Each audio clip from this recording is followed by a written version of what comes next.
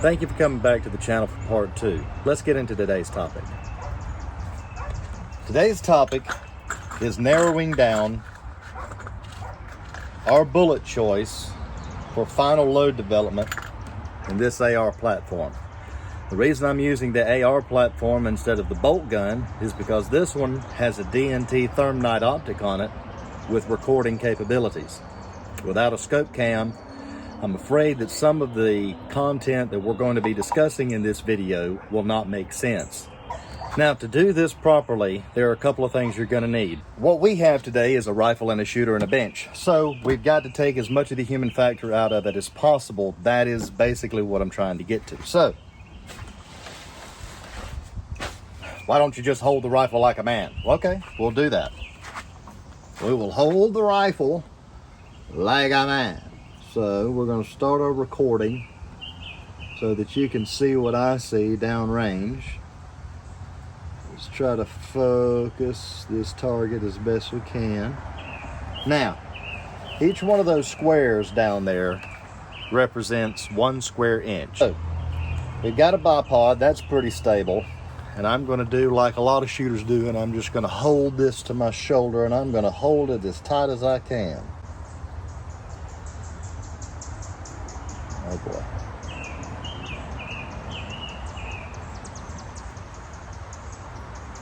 All right, that's as steady as I can hold it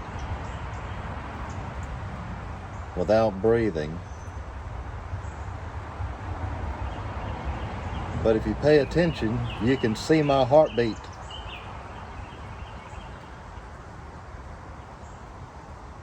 And I can probably hold that crosshair within about a ½ inch at best. But you've got to time the shot, if you could even do such a thing, at the top or the bottom or the middle of that ½ inch that you're moving around. And again, that's at best. If your heart rate increases or the stress level increases or your heart starts to beat harder because it's starved for oxygen because you're holding your breath, you can see the problems, okay? So that's not gonna work. What you need is to remove that. Sandbags, bang. Sandbag 1, 2, sandbag 3, big guy. So we're going to use one or a combination of these to try to steady this rifle. Let's try this bag first. There, doesn't get us to our target. Stand it up. We're almost to our target. If we squeeze it, look at that. All right, we're there, but we're slowly dropping, and there's still a little wiggle. That is not heart rate you're seeing. That is the shaking of my forearm muscles trying to keep this bag squeezed. So that's not going to work. Let's try under the pistol grip.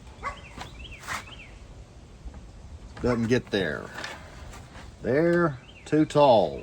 How about there? Huh? Oop. There again.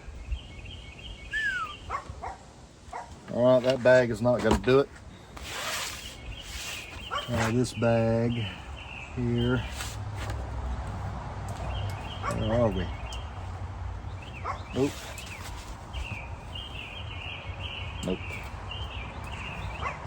All right. Big bag.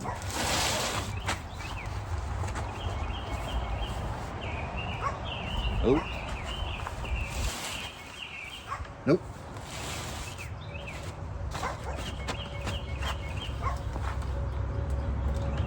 I think we're getting close.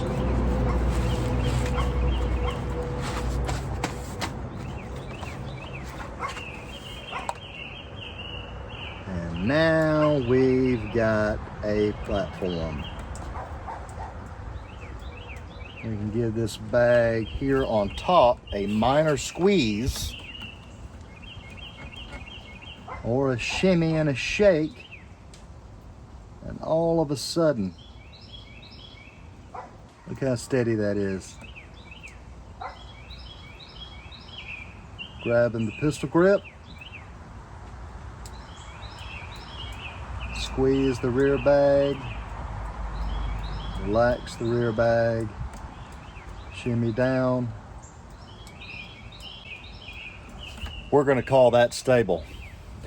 Now that I know that the rifle can be held steady and the point of impact should simply be a reflection of the inherent accuracy or inaccuracy of the loaded ammunition. It should not be a factor of the rifle shaking and moving around due to the human factor. So let's move on to the next portion. All right, the next portion is actually going to be the assessment of the ammunition itself. So first up, we've got the Hornady 80 grain ELD VT.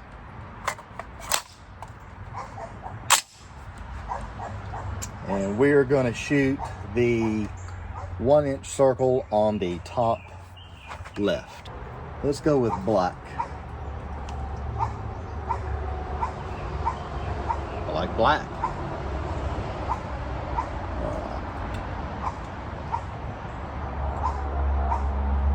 Center it up.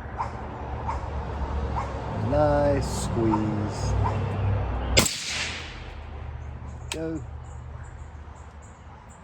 Now, I guess I should have caveated this, that this gun is completely cold.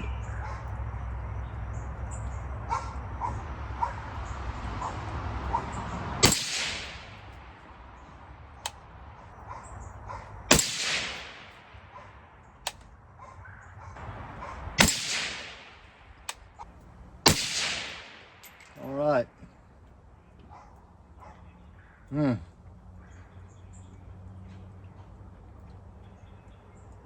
It looks to be about a 1-inch group. And if you'll notice, the first 2 shots basically went in the same hole. And if we'd have stopped at 2 shots, we'd have said, yeah, man, that looks like a shooter. While this isn't bad at 1 inch, you got to remember this is at 50 yards. So is that within the realm of acceptability for you? Only you can decide that. But for 6mm arc and the application I want to use this for, this is unacceptable, so we need to move on. So our glimpse into that bullet shape is it fits neatly into the realm of unacceptability. We're going to swing to the other side of the spectrum and hit this thing with a 105 grain boat tail hollow point, also by Hornady. We're going to shoot this one at the top right.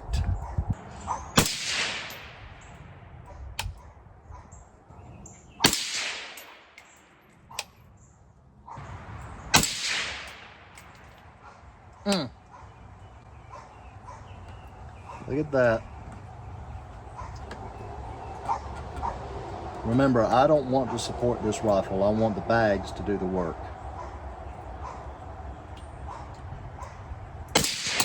All I want to do is be responsible for pointing it at the target and squeezing the trigger. There we go. Now that group there, we got a cluster at 12 o'clock and then 2 in the bullseye. So far, that's about a 1-inch group. Again, is that acceptable? Not for me. Let's move on. Start my recording back over. And let's take this one to the bottom right target. This is the 90 grain Hornady ELDX.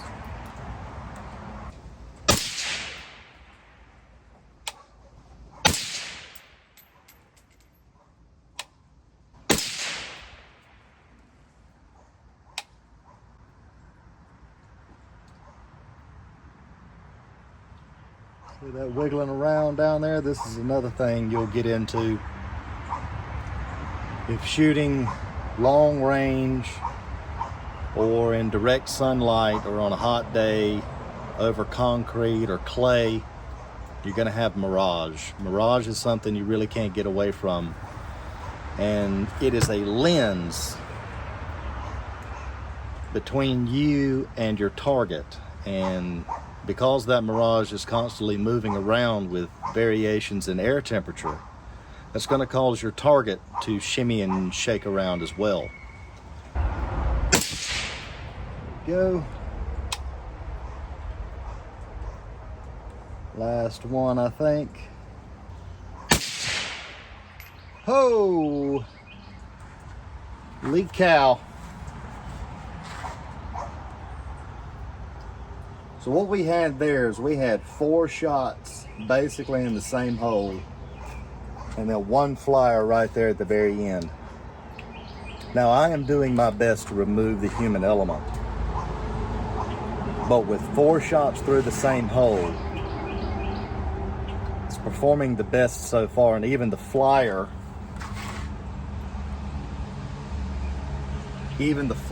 doesn't put it over 3/4 of an inch. So with that glimpse on this bullet, looking pretty good. You got one more bullet to test? Let's move on. Last group is gonna be on the bottom left. This is the Sierra 90 grain Game Changer.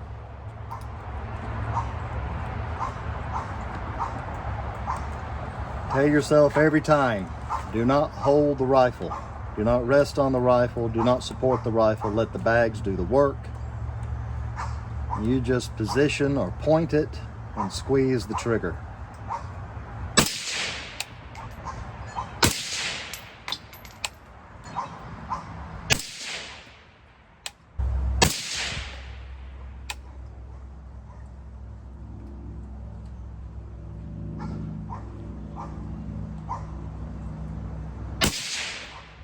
All right, there it is.